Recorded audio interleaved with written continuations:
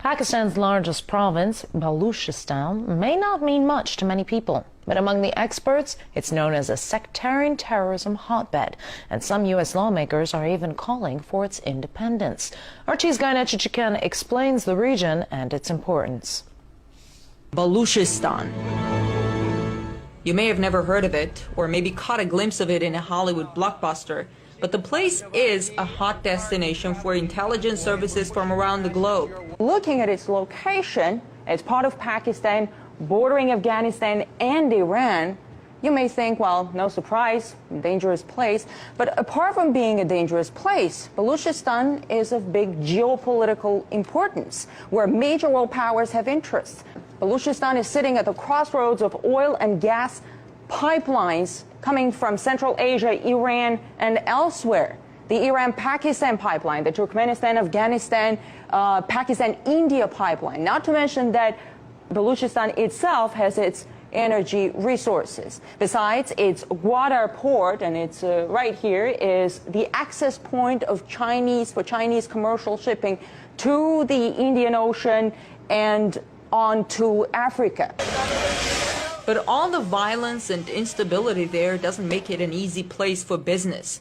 Investigative journalist Eric Drazer tells me some world powers might be interested in keeping it that way. First of all, we have various indigenous terrorist organizations that operate inside of Balochistan, the Baloch Liberation Army, Jundallah, the Baloch Republican Army, Lashkar-e-Taiba, just to name a few. Jundallah is an organization that for decades has been focused on destabilization of Iran. Now, the confluence of these various terrorist organizations, of course, is not coincidental. This has a direct relation to the interests of the United States and the Western powers vis-a-vis blocking the Chinese, destabilizing Pakistan, and part of waging their covert war against Iran in hopes of not just encircling that country, but to collapse it from outside. The U.S. government denies having any connection with Jundallah and Baluch terrorist organizations.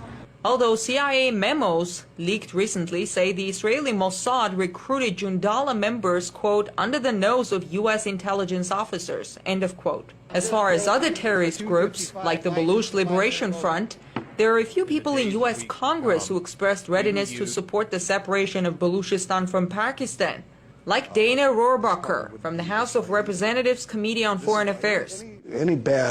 Anything that's coming up right now that the Pakistanis don't like about our attitude is being caused by actions taken by their government. As far as who could benefit from instability in Baluchistan, most experts say it's extremists of all kinds.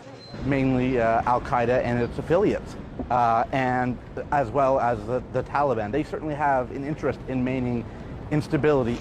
But some also see Baluchistan as a key square on the geopolitical chessboard.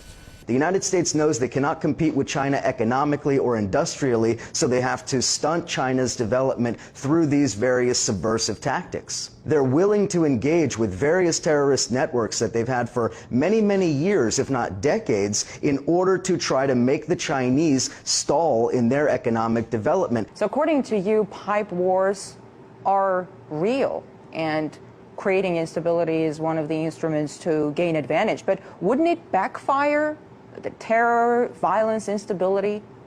Could it backfire in terms of terrorist reciprocation against the United States? This is entirely possible, but that didn't prevent the United States in the late 1970s from financing and supporting the Mujahideen against the Soviets. Allegations that some global powers may be stoking violence in a place like Baluchistan for their geopolitical interests are quite disturbing and raises the question whether pipeline wars are a reality.